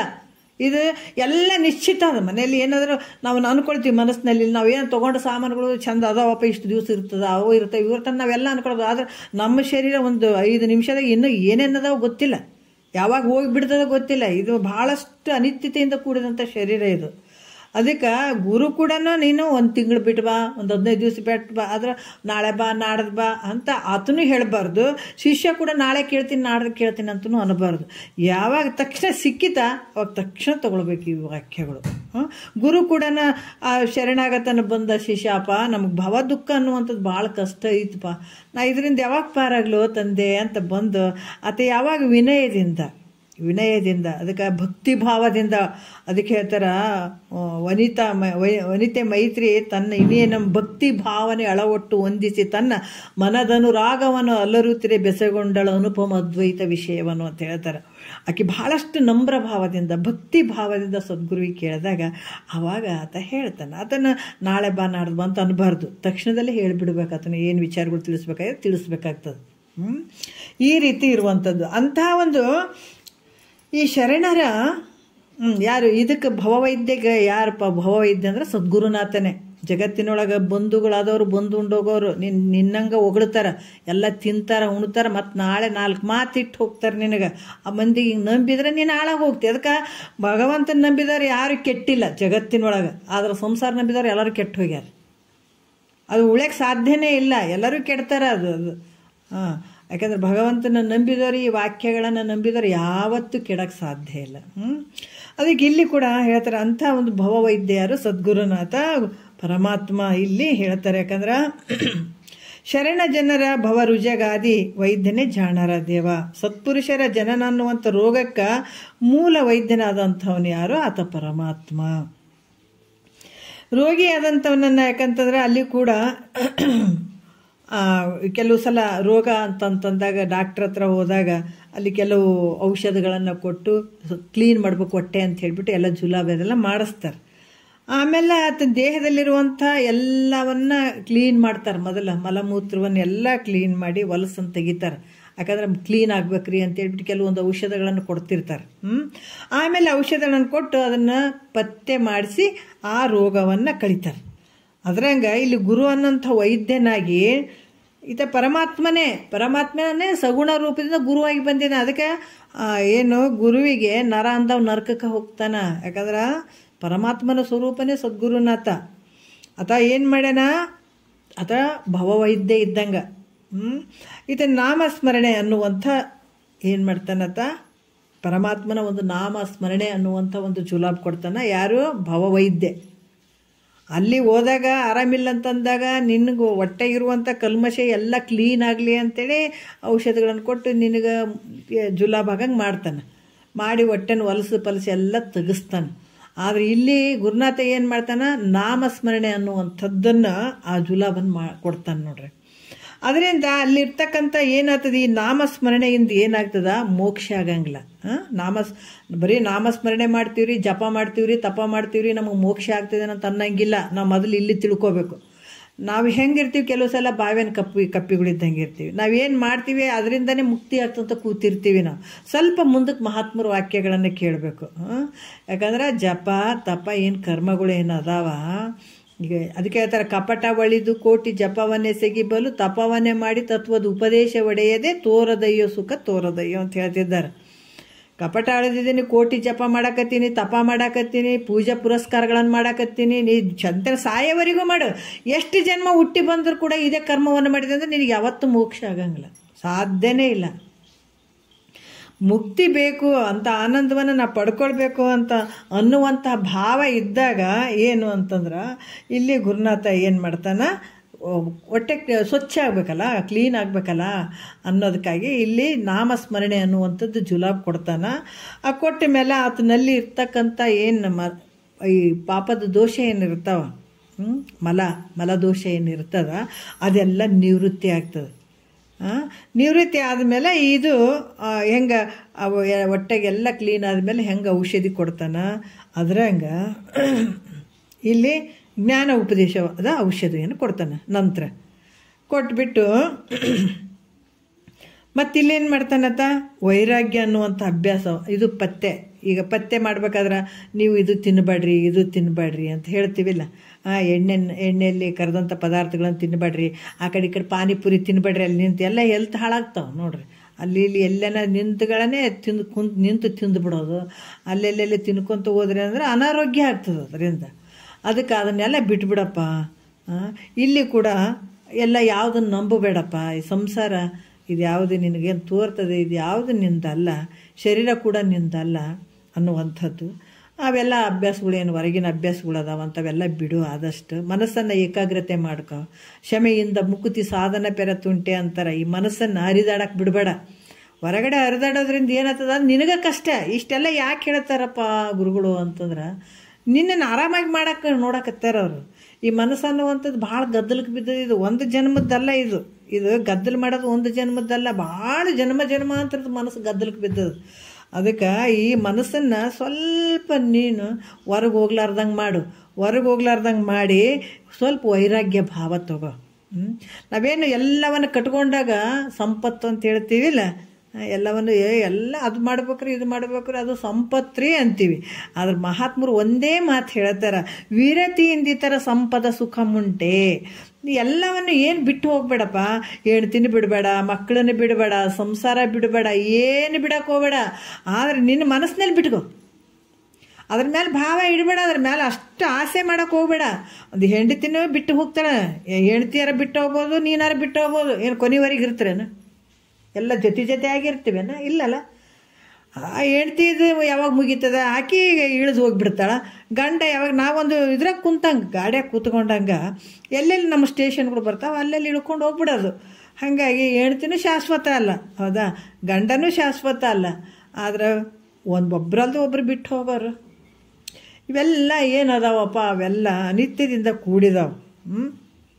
ಇವನ್ನೆಲ್ಲ ತಿಳ್ಕೊಂಡು ಅವೆಲ್ಲವೂ ಸತ್ಯ ಅಂತ ತಿಳ್ಕೊಂಡು ಅವೆಲ್ಲ ಇಟ್ಕೊಂಡಾಗ ಸುಖ ಅಂತ ಅಂದಾಗ ಅವಾಗ ಮಹಾತ್ಮರು ಒಂದು ವಿಚಾರ ಹೇಳ್ತಾರೆ, ಇದ್ರೆ ಇರಲಿ, ಹೆಂಡತಿ ಮಕ್ಕಳು ಸಂಸಾರ ಸಂಪತ್ತು ಎಲ್ಲಟ್ಟು ಇರಲಿ, ನಿಮ್ಗೆ ಎಲ್ಲಿ ಬಿಟ್ಟು ಹೋಗಂತ ಹೇಳಿಲ್ಲ. ನಾವು ಕೇಳೋದಕ್ಕಿಂತ ಮುಂಚೆ ಎಲ್ಲೊಟ್ಟು ಬಿಟ್ಕೇಸಿ ಎಲ್ಲ ನಾವು ಮಠ ಸೇರ್ಬೇಕೇನ್ರಿ? ಅಥವಾ ಎಲ್ಲ ಗವಿ ಗುಂಡಾರ್ದಾಗ ಹೋಗಿ ತಪಸ್ ಮಾಡ್ಬೇಕನ್ನು, ಯಜ್ಞ ಯಾಗಾದಿಗಳನ್ನ ಮಾಡ್ಬೇಕನ್ನು, ಜಪ ಮಾಡ್ಬೇಕನ್ನು, ಏನು ತ್ರಾಸಿಲ್ಲ ನೋಡ್ರಿ ಇದಕ್ಕೆ. ಈ ಜಪ ಪಾಪ ಮಾಡ್ಬೇಕಾದ್ರೆ ನೆಟ್ಟಗೂ ಕುಂತು ಕೈಯಾಗ ಮಣಿ ಇಟ್ಕೊಂಡು ಎಣಸದೆ ಹಾಂ, ಎಷ್ಟು ತ್ರಾಸಾಗ್ತಾವೆ ಅವೆಲ್ಲ ಕಷ್ಟಗಳು. ಜಪ ಮಾಡೋದು, ತಪ ಮಾಡೋದು, ಇವೆಲ್ಲ ಕಷ್ಟಗಳು ಆಗ್ತಾವಲ್ಲ. ಇದೇನಿಲ್ಲ ನೋಡ್ರಿ. ಯಾಕಂತಂದ್ರೆ ಯಾವ ರೀತಿ ಹೇಳ್ತಾರಂತಂದ್ರೆ ವೈರಾಗ್ಯ, ವಿರತಿಯಿಂದಿತರ ಸಂಪದ ಸುಖ ಮುಂಟೆ ಅಂತ ಹೇಳ್ತಾರೆ. ಬರೀ ಸದ್ಗುರು ವಾಕ್ಯವನ್ನು ಸ್ವೀಕಾರ ಮಾಡ್ಕೊಂತ ಹೆಂಗೆ ಹೇಳ್ತಾನೆ ಕೇಳ್ಕೊಂತ ಹೋಗೋದು ಅಟ್ಟೆ ಇಲ್ಲಿ. ಅದಕ್ಕೆ ವಿರತಿಯಿಂದಿತರ ಸಂಪದ ಸುಖ ಮುಂಟೆ. ಏನು ನೀನು ಆಸೆ ಇಟ್ಕೊಂಡಿದ್ದೆಲ್ಲ ಮನಸ್ಸಿನಾಗ, ಇದರಿಂದ ಸುಖ ಅದ, ಇದರಿಂದ ಸುಖ ಅದ, ಇದರಿಂದ ಅದ್ರ ಬೆನ್ನು ಬೀಳಕ್ಕೆ ಹೋಗಬೇಡ. ಅದ್ರ ಬೆನ್ನು ಬಿದ್ದರೆ ಹಾಳಾಗಿ ಹೋಗ್ತಿ ಅಂತಾರೆ. ಅದು ಹೆಂಗದ, ನಿನ್ನೊಳಗೆ ಬೇರೆ ಯಾರು ಶತ್ರುಗಳು ಇಲ್ಲಪ್ಪ. ಅದಕ್ಕೆ ಕಳ್ಳರಾದಾರವ್ವ ಸುಳ್ಳರಾದಾರವ್ವ 6 ಗುಣದವರು ಸೇರ್ಯಾರವ್ವ, ಎಲ್ಲರೂ ಕೂಡಿ ನನ್ನ ಎಳೆಯುವರವ್ವ ಗೆಳತಿ. ಮಹಾತ್ಮರು ತಿಳ್ಕೊಂಡ್ರು, ಅದು ಸಪ್ರೇಟಾಗಿ ನೋಡಿದ್ರು ನೋಡ್ರಿ ಅವ್ರನ್ನ, ಒಳಗಿದ್ದವ್ರನ್ನ. ನಾವು ಅವ್ರ ಜೊತೆ ಬೆರ್ತು ಬಿಟ್ಟಿವಿ. ಯಾಕೆ ಕಳ್ಳರ ಜೊತೆ ಸೇರಿದ್ರೆ ಕಳ್ಳರೇ ಆಗ್ತೀವಿ ನಾವು. ಅವರಿಗೆ ನಮಗೆ ಭಿನ್ನತೆ ಅಂದ್ಕೊಳ್ಳಲ್ಲ ನಾವು ಅಲ್ಲ. ಈಗ ಅದ್ರಂಗೆ ನಾವು ಕಳ್ಳರ ಜೊತೆ ಸೇರಿಬಿಟ್ಟಿವಿ, ಕಳ್ಳರಾಗಿವಿ ನಾವು. ಹಂಗಾಗಿಬಿಟ್ಟು ನಮ್ಗೆ ಅವ್ರಿಗೂ ಕೆಟ್ಟವ್ರಂತ ಅನ್ಸವಲ್ದು. ಯಾವಾಗ ಗುರುಮುಖದಿಂದ ಗೊತ್ತಾಗ್ತದ, ಅಬ್ಬಬ್ಬಬ್ಬಾ ಬ್ಯಾರಿದವ್ರು ಯಾರು ಕೆಟ್ಟವ್ರಿಲ್ಲ, ನಮ್ಮ ಒಳಗಡೆ ಇದ್ದಂಥ ಕೆಟ್ಟವರೇ ಭಾಳ ದುಷ್ಟರದಾರಪ್ಪ, ಇವ್ರ ಸಂಘ ಬಿಡ್ಬೇಕಾಗ್ತದೆ, ಬಿಡು ಅಂತ ಹೇಳ್ತಾನದ ಸದ್ಗುರುನಾಥ. ಏನು ಹೇಳ್ತಾನ, ಎಲ್ಲಿ ಇಲ್ಲಪ್ಪ ಹೊರಗಡೆ ಎಲ್ಲೂ ಇಲ್ಲ, ಆ ದುಷ್ಟರು ಎಲ್ಲದಾರ, ನಿನ್ನೊಳಗೆ ಅದಾರವರು. ಅದಕ್ಕೆ ಅವ್ರ ಸಂಘ ಬೇಡ, ಅವ್ರ ಸಂಘ ಬಿಟ್ಟುಬಿಡು ಅಂತ ಹೇಳ್ತಾನೆ ನೋಡ್ರಿ ಸದ್ಗುರುನಾಥ. ಅದಕ್ಕೆ ಈ ರೀತಿಯಾಗಿ ನಿನ್ನ ಮನಸ್ಸು ಯಾವುದ್ರ ಕಡೆ ಹಾಯಕ್ಕೆ ಬಿಡಬೇಡ. ಅದು ಸತ್ಯದ, ಇದು ಸತ್ಯದ, ಅದ್ರ ಹಿಂದೆ ಬಿದ್ದಿ ಅಂದ್ರೆ ನೀ ಸತ್ತು ಹೋಗ್ತಿದಿ. ಆ ಮನಸ್ಸಿನ ಮಾತು ಕೇಳಿಕೊಂಡು ಕಾಣುವಂಥದ್ದು ಏನದ ಎಲ್ಲ ಬಂತು. ಈ ಶರೀರವನ್ನು ಹಿಡ್ಕೊಂಡು ಎಲ್ಲ ಬಂತು. ಇದು ಸತ್ಯ ಸತ್ಯ ಅಂತ ಓದಿ ಅಂದ್ರೆ ನೀವು ಸತ್ತಂಗೆ ಹೋಗ್ಬಿಡಿ, ಸತ್ಯ ಹೋಗ್ಬಿಡ್ತೀನಿ ನೀನು. ಅದಕ್ಕೆ ಅದು ಯಾವುದು ಸತ್ಯ ಅಲ್ಪ. ಅದು ಮನಸ್ಸನ್ನು ಸ್ವಲ್ಪ ಏಕಾಗ್ರತೆ ಮಾಡಿಕೊಂಡು ಅವಕ್ರ ಮೇಲೆ ಭಾವ ಬಿಡು, ಅಂದ್ರೆ ವೈರಾಗ್ಯ ಮಾಡ್ಕೊ. ಸುಳ್ಳು ಏನಿರ್ಲದ ನಾವು ವೈರಾಗ್ಯಶಾಲಿಗಳು ರೀ, ವೈರಾಗ್ಯವಂತರಿ ಅಂತ ಹೇಳ್ತಾರೆ. ಹಂಗೆ ಬರಂಗಿಲ್ಲ ವೈರಾಗ್ಯ, ಸುಮ್ಮನೆ ಬರಂಗಿಲ್ಲ. ಈ ವಿಷಯಗಳ ದೋಷ ದರ್ಶನ ಆಗ್ಬೇಕಲ್ಲ. ದೋಷ ದರ್ಶನ ಆದಾಗ ವೈರಾಗ್ಯ ಬರ್ತದೆ. ಅಲ್ಲಿ ತನಕ ಹೆಂಗೆ ಬರ್ತದೆ ಹೇಳ್ರಿ ವೈರಾಗ್ಯ? ಇಲ್ಲಪ್ಪ ಇದು ಹಿಂಗೆ ಮಾಡಿದ್ರೆ ಇದು ಸತ್ಯ ಅದ, ಇದು ಮಿಥ್ಯ ಅದಂತ ಸದ್ಗುರುನಾಥ್ ಹೇಳಿದಾಗ ಇದ್ರ ಹಿಂಗೆ ಅನಾಹುತ ಅದ, ಇದನ್ನ ಹಿಂಗೆ ತಿಳ್ಕೊಬೇಡಪ್ಪ, ಇದು ಹಿಂಗೆ ಐತೆ ಅಂತ ತಿಳಿಸಿ ಹೇಳಿದಾಗ ತೋತು ಎಷ್ಟೋ ಜನ್ಮಾಂತರ ಇದನ್ನೇ ಸತ್ಯ ಅನ್ಕೊಂಡು ತಿಳ್ಕೊಂಡಿದ್ದೆ. ಈಗ ಹುಟ್ಟಿನಿಂದ ಎಷ್ಟು ವರ್ಷ ಹುಟ್ಟಿದ್ದೀನಿ ನಾನು, ಅಷ್ಟು ವರ್ಷ ತನಕ ಇದೇ ಸತ್ಯ ಅಂತ ಜೀವನ ಮಾಡಿದ್ದೀನಿ. ಗುರುನಾಥ ಹಿಂಗೆ ಹೇಳಕತ್ತೇನಲ್ಲಪ್ಪ ಅಂತ ನಮ್ಮ ಭಾವ ಬಂದು ಒಂದು ಸುದ್ದಿಗೆ ಬಂತು ಅಂದ್ರೆ ನಾವು ಶುದ್ಧ ಆಗ್ತೀವಿ. ಇಲ್ಲಾಂದ್ರೆ ಇಲ್ಲ, ಅದರಿಂದ ಬಿದ್ದೀವಿ ಅಂದ್ರೆ ಹಂಗೆ ಹೋಗೋದು. ಅದಕ್ಕೆ ಅವ್ರು ಹೇಳ್ತಾರೆ, ನಮ್ಗೆ ಅಪ್ಪ ಅಮ್ಮ ಹೇಳ್ತಾರೆ, ಎಲ್ಲವನ್ನ ಸಂಪತ್ತು ಮಾಡ್ರಪ್ಪ, 4 ಮಂದಿ ಮೆಚ್ಚಂಗೆ ಮಾಡ್ರಿ, ಎಷ್ಟು ಗಳಿಸ್ಯಾನ ನೋಡು ಇಂಥವ್ರ ಮಕ್ಕಳಂದ್ರೆ ಎಷ್ಟು ಗಳಿಸ್ಯಾರ, ಎಷ್ಟು ಸಂಪತ್ತು ಉಳ್ಳಂಥವ್ರು ಆಗಿದಾರ, ಇದನ್ನು ಮಾಡ್ರಿ ಅಂತ ಅವು ನಮ್ಗೆ ದುಃಖಕ್ಕೆ ತಳ್ತಾವ. ಆದ್ರೆ ಗುರುನಾಥ ಒಬ್ಬನ ಅದನ್ನೆಲ್ಲ ಬಿಟ್ಟು ಬಿಡ್ರಪ್ಪ, ಅದರಿಂದ ಏನಾಯ್ತು 4 ಮಂದಿ ಅವು ಅಜ್ಞಾನಿಗಳು ನಿಮ್ಗೆ ಚಪ್ಪರಿಸಿದ್ರೆ ಎಟ್ಟು ಬಿಟ್ರೆ ಎಟ್ಟು ಮಾಡಕ್ಕೆ ಹೋಗ್ಬೇಡ್ರಿ. ವಿರತಿಯಿಂದ ಈ ಥರ ಸಂಪದ ಸುಖಮುಂಟೆ ಎಲ್ಲ ಇರಲಿ, ಅದ್ರ ಮೇಲೆ ಆಸೆ ಇಡಬೇಡ್ರಿ. ಗುರುನಾಥ ಹೇಳುವಂಥದ್ದೇನು ಎಲ್ಲ ಇರಲಿ, ಅದ್ರ ಮೇಲೆ ಆಸೆ ಇಡಬೇಡ್ರಪ್ಪ, ಆಸೆ. ಅದಕ್ಕೆ ವಿರತಿಯಿಂದ ಈ ಥರ ಸಂಪದ ಸುಖಮುಂಟೆ ಅಂತ ಎಂಥ ಮಾತ್ರ ಏನು ಕೊಟ್ರೂ ಈ ವಾಕ್ಯಗಳಿಗೆ ಸರಿಸಮ ಆಗಂಥ ಜಗತ್ತಿನೊಳಗೆ ಯಾವುದೂ ಇಲ್ಲ. ಈ ಮಹಾತ್ಮರ ವಾಕ್ಯ ಒಂದೊಂದು ಭಾಳಷ್ಟು ಬೆಲೆ ಉಳ್ಳಂಥದ್ದು. ಇದಕ್ಕೆ ಯಾವುದು ಸಮ ಕಟ್ಟಕ್ಕೆ ಸಾಧ್ಯನೇ ಇಲ್ಲ ನೋಡ್ರಿ. ಎಂಥ ಮಾತು! ವಿರತಿಯಿಂದ ಈ ಥರ ಸಂಪದ ಸುಖಮುಂಟೆ ಅಂತ ಹೇಳ್ತಾರೆ ಅವರು. ಈ ವಿರತಿ ಅನ್ನೋದಕ್ಕಿಂತ ಯಾವುದಾದ್ರೂ ಸಂಪತ್ತು ಐತೇನೆ ಜಗತ್ತಿನೊಳಗಂದ್ರೆ ಏನೂ ಇಲ್ಲ ಅಂತ, ಮತ್ತು ಯಾವುದಾದ್ರು ಸುಖ ಐತೇನಂದ್ರೆ ಏನಿಲ್ಲ ಅಂತ ಹೇಳ್ತಾರೆ ಅವರು.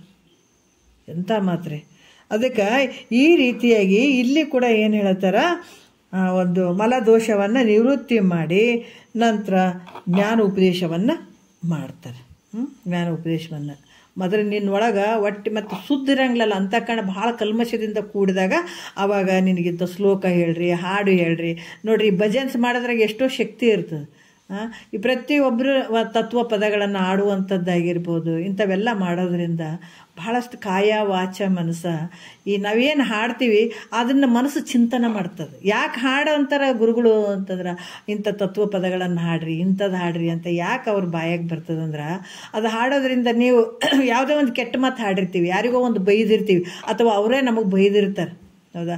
ಅದನ್ನು ಹಿಡ್ಕೊಂಡು ನಾವು ಕೊನೆಯವರೆಗೆ ಹಿಂಗಂದ್ರು ಮಾಡಿದ್ರು ಅಂತ ಹೇಳ್ತೀವಿ. ಅಥವಾ ನಾವು ಯಾರಿಗೂ ಬೈದದ್ದು ಕೂಡ ಅವತ್ತು ನಮ್ಮ ಮನಸ್ಸು ನಮಗೆ ಸರಿ ಇರೋಂಗಿಲ್ಲ. ಅಯ್ಯೋ ಇದಂಗೆ ಹಿಂಗೆ ಅಂದ್ಬಿಟ್ಟಿವಿ ಅಂತ 1 ತಾಸು 2 ತಾಸು ನಮ್ಮ ಮನಸ್ಸು ಅದನ್ನೇ ಯೋಚನೆ ಮಾಡ್ತಿರ್ತದೆ.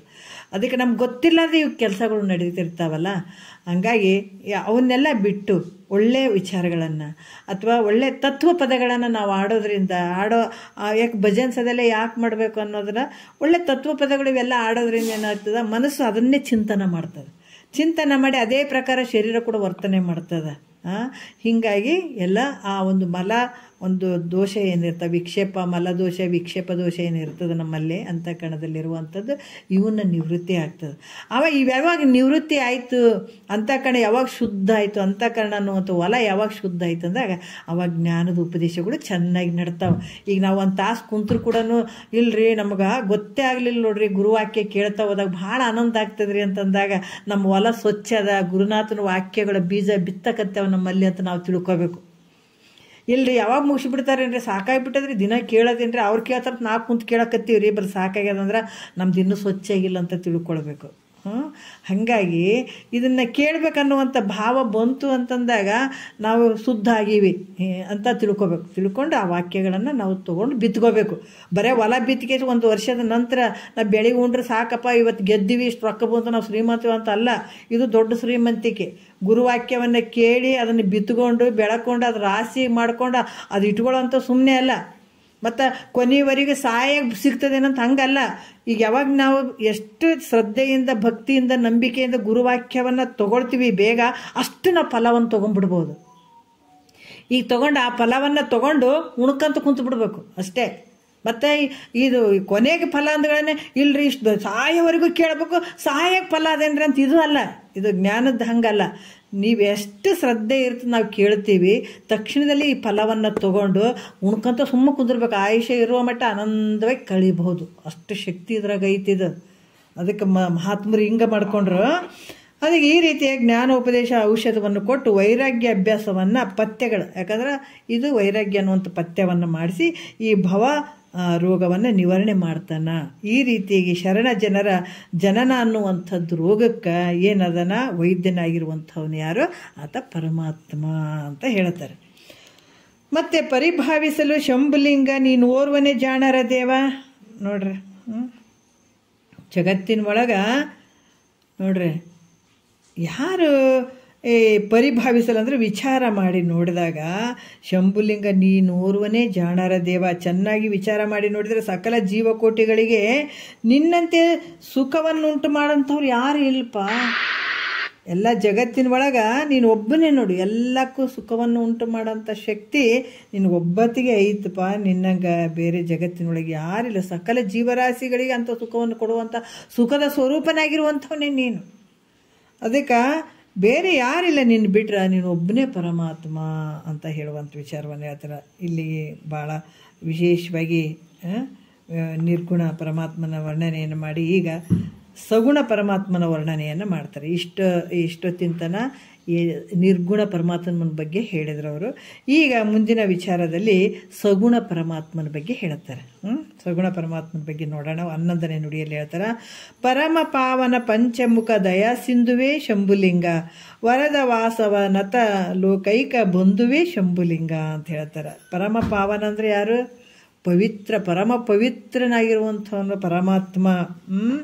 ಪಂಚಮುಖ ಅಂದ್ರೆ 5 ಮುಖಗಳಿಂದ ಕೂಡಿದಂಥ ಪರಮಾತ್ಮ. ಸದ್ಯೋಜಾತ, ವಾಮದೇವ, ಅಘೋರ, ತತ್ಪುರುಷ, ಈಶಾನ್ಯ ಅನ್ನುವಂಥ 5 ಮುಖಗಳಿಂದ ಕೂಡಿದಂಥ ಪರಮಾತ್ಮ ಸಗುಣ ರೂಪದಲ್ಲಿ ಹೇಳ್ತಾ ಇದ್ದಾರೆ ಅವರು. ದಯಾ ಸಿಂಧುವೆ, ದಯಾ ಸಿಂಧುವೆ ಅಂದ್ರೆ ಆತ ಕರುಣಾ ಸಾಗರನಾಗಿರುವಂಥವನು ಅಂಥ ಪರಮಾತ್ಮ. ಶಂಭುಲಿಂಗ ಅಂತಂದ್ರೆ ಸುಖದ ಉತ್ಪತ್ತಿಗೆ ಕಾರಣೀಭೂತನಾದಂಥವನು, ನಿಜವಾದ ಸುಖ. ಯಾಕಂದರೆ ಎಲ್ಲರಲ್ಲಿ ಈ ಸುಖ ಐತೆ, ಆನಂದ ಐತೆ, ಆದರೆ ನಾವು ಮರ್ತಿದ್ದೀವಿ, ಅದನ್ನು ಮರಿ ಮಾಡಿದ್ದೀವಿ. ಅದಕ್ಕೆ ಆ ಪರಮಾತ್ಮನ ಸುಖ ಎಲ್ಲರ ಸುಖದ ಏನು ಆನಂದದ ಪುರುಷರೇ ಎಲ್ಲರೂ. ಯಾಕಂದ್ರೆ ನಮಗೆ ಒಂದು ಭ್ರಾಂತಿಯಿಂದ ನಾವೆಲ್ಲವನ್ನು ಅದನ್ನು ತಿಳ್ಕೊಳ್ಳಾರ್ದೇ ನಾವು ದುಃಖಿಗಳದೀವಿ, ಹಂಗದೀವಿ ಅಂತ ನಾವು ತಿರುಗಾಡ್ತಾ ಇದ್ದೀವಿ. ಆದ್ರೆ ಸುಖದ ಉತ್ಪತ್ತಿ ಕಾರಣೀಭೂತನಾದಂಥ ಪರಮಾತ್ಮ. ವರದ ಅಂದರೆ ಇಷ್ಟಾರ್ಥಗಳನ್ನು ಕೊಡ್ತಕ್ಕಂಥವನು. ಯಾಕಂದ್ರೆ ಜಗತ್ತಿನೊಳಗೆ ಎಲ್ಲವನ್ನ ಮಾಡಿದಾನೆ ಪರಮಾತ್ಮ. ಏನು ಮಾಡಿಲ್ಲ ಅಂತ ಹೇಳ್ತೀರಿ? ಪಂಚಭೂತಗಳಿಂದ ಎಲ್ಲ ಸೃಷ್ಟಿ ಮಾಡಿದಾನೆ. ಆಕಾಶ, ವಾಯು, ಅಗ್ನಿ, ಜಲ, ಪೃಥ್ವಿ ಎಲ್ಲ ಒಂದು ಊಟ ಮಾಡೋದಕ್ಕೆ ಆಹಾರ. ಇವತ್ತು ಯಾರಾದ್ರೆ ಗೋಧಿ ಕಂಡಿಡ್ದಾರೆ, ಇವತ್ತು ಗಿನ್ನಿಸ್ ದಾಖಲ್ದಾಗ ಮಾಡಿ ಏನೋ ಒಂದು ಚೂರು ಕಂಡಿಡಿದ್ರೆ ಅಂದ್ರೆ ನಮಗೆ ಗಿನ್ನಿಸ್ ದಾಖಲ್ದಾಗ ಹೆಸರು ಇರಲಿರಿ, ಬರೀರಿ ಅಂತ ಹೇಳ್ತೀವಿ. ಆದರೆ ಈ ಜೋಳ ನಾವು ತಿನ್ನುವಂಥ ಆಹಾರ ಪದಾರ್ಥಗಳು ಯಾರು ಕಂಡಿಡ್ದಾರೆ? ಯಾರು ಹಾಕಿದ್ರು? ಯಾರು ಹೊಸದಾಗಿ ತಂದು ಈ ಭೂಮಿಗೆ ಬಿತ್ತಿದ್ರು? ಅಲ್ಲ, ಯಾರಿಲ್ಲ. ಭಗವಂತ ಪರಮಾತ್ಮ ಮಾಡಿದಂಥದ್ದಿದೆಲ್ಲ ಆತ. ಮತ್ತು ಅಷ್ಟಾದರೂ ಕೂಡ ಈ ಜೀವಿಗಳ ಉದ್ಧಾರಕ್ಕಾಗಿ ನಾನಾ ರೀತಿಯಿಂದ ಹೇಳ್ಕೊಂಡು ಬಂದಿದ್ದಾನೆ. ಮತ್ತೇನು ಮಾಡಿದ? ಭೋಗದ ಅಪೇಕ್ಷೆ ಉಳ್ಳಂಥವ್ರಿಗೆ ಭೋಗವನ್ನು ಕೊಡ್ತಾನೆ. ಕೇಳಿದಂಥ ಏನು ಇಚ್ಛೆ ಪಟ್ಟಂಥ ಅಪೇಕ್ಷೆಯನ್ನು ಪಟ್ಟಂಥವ್ರಿಗೆ ಕೇಳಿದಂಥದ್ದನ್ನು ಕೊಡ್ತಾನೆ. ಇದು ಯಾವುದು ಬೇಕಾಗಿಲ್ಲ. ಇದು ಎಷ್ಟು ಜನ್ಮ ಹುಟ್ಟೋದು, ಎಷ್ಟು ಜನ್ಮ ಸಾಯೋದು, ಬೇಡಪ್ಪ ನೀನು ಒಬ್ಬನೇ ಸಾಕು ನಮಗಂತ ಅನ್ನುವಂಥ ಭಾವ, ಅಲ್ಲಿ ನಿಷ್ಕಾಮ ಭಾವ ಉಳ್ಳಂಥವರಿಗೆ ಈ ಒಂದು ಮೋಕ್ಷದ ದಾರಿಯನ್ನು ತೋರಿಸ್ತಾನೆ. ಮೋಕ್ಷವನ್ನು ಕೊಡಿಸುವಂಥ ಶಕ್ತಿ ಕೊಡುವಂಥದ್ದು, ತೋರಿಸುವಂಥ ಶಕ್ತಿ ಪರಮಾತ್ಮನಿಗೆ ಅದು. ಹಾಗಾಗಿ ಕೇಳಿದಂಥವ್ರಿಗೆ ಕೊಡುವಂಥದ್ದು. ಇಷ್ಟಾದರೂ ಕೂಡ ಅದಕ್ಕೆ ಇವ್ರು ಕೇಳ್ತಾರಂತಲೇ ಆತ ಎಲ್ಲವನ್ನ ತೇರಿಗಳ ರೂಪದಾಗ ಶ್ರುತಿಗಳನ್ನು ಬರೆದ.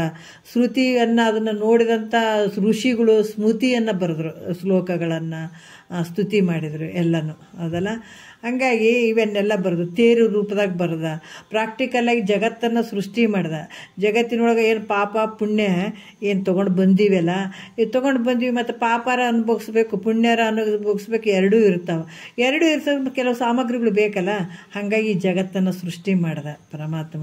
ಈ ಜಗತ್ತಿನ ಸೃಷ್ಟಿ ಮಾಡಿದರೂ ಕೂಡ ಇಲ್ಲಿ ಮತ್ತೆ ಏನು ಭೋಗದ ಅಪೇಕ್ಷೆಯನ್ನು ಕೇಳದೇ ಇರುವಂಥ ನಿಷ್ಕಾಮ ಭಾವ ಉಳ್ಳಂಥವರಿಗೆ ಅಂಥ ನಿಜವಾದ ಆನಂದ, ಸದಾಕಾಲ ಆನಂದವಾಗಿ ತಿಳಿಸುವಂಥದಕ್ಕೆ ಸದ್ಗುರುನಾಥ ಅದೇ ಪರಮಾತ್ಮನೇ ಸದ್ಗುರು ರೂಪಾಗಿ ಧರೆಗೆ ಬಂದ. ಏನು ಕಡಿಮೆ ಮಾಡಿದಾನ ಪರಮಾತ್ಮ?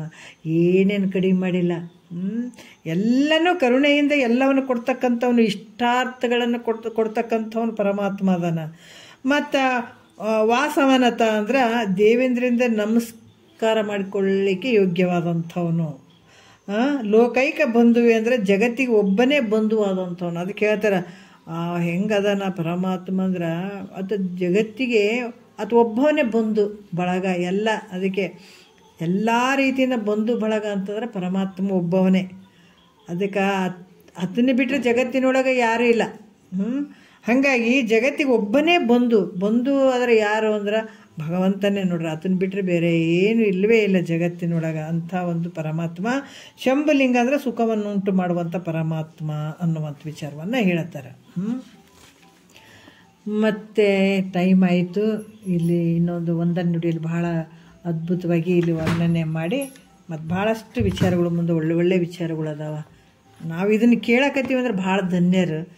ಇದನ್ನು ಕೇಳೋಕೆ ಎಷ್ಟೋ ಕಡೆ ಅಲ್ದಿದ್ದಾರೆ ಮಹಾತ್ಮರು. ನಮ್ಗೆ ಅದಕ್ಕೆ ಇತ್ತಲ ಗಿಡ ಮದ್ದಲ್ಲ. ನಮ್ಗೆ ಕುಂತಲೇ ಸಿಕ್ಕದಂತಂದಾಗ ನಾವು ಮಲಗಿ ನೋಡೋದು, ಕೆಲಸ ಮಾಡ್ಕೊಂತ ನೋಡೋದು, ಹಂಗೆ ಮಾಡೋದು, ಹಿಂಗೆ ಮಾಡಿ ಕೇಳೋದು ಅಂತ ಮಾಡ್ತೀವಿ. ಅದಕ್ಕೆ ನಾವು ಯಾವುದಕ್ಕೆ ಇದಕ್ಕೆ ಎಷ್ಟು ಶ್ರದ್ಧೆಯಿಂದ ಒಂದು ಟೈಮನ್ನು ಕೊಡ್ತೀವಿ ಅದಕ್ಕೂ ಬೆಲೆ ಐತೆ. ಇದರಲ್ಲಿ ಎಷ್ಟು ಶ್ರದ್ಧೆಯಿಂದ ಕುಂತು ಇಲ್ಲ ಭಾಳ ಕೆಲಸ ಇತ್ತಂದ್ರೆ ಮತ್ತು ಇಲ್ಲರಿ ನಮ್ಮ ಕೆಲಸ ಐತಲ್ರಿ ಮತ್ತು ಮಾಡ್ಕೊತ ಕೇಳ್ತೀವಲ್ಲ, ಕೇಳ್ಬೋದು, ಹಂಗಂತಲ್ಲ.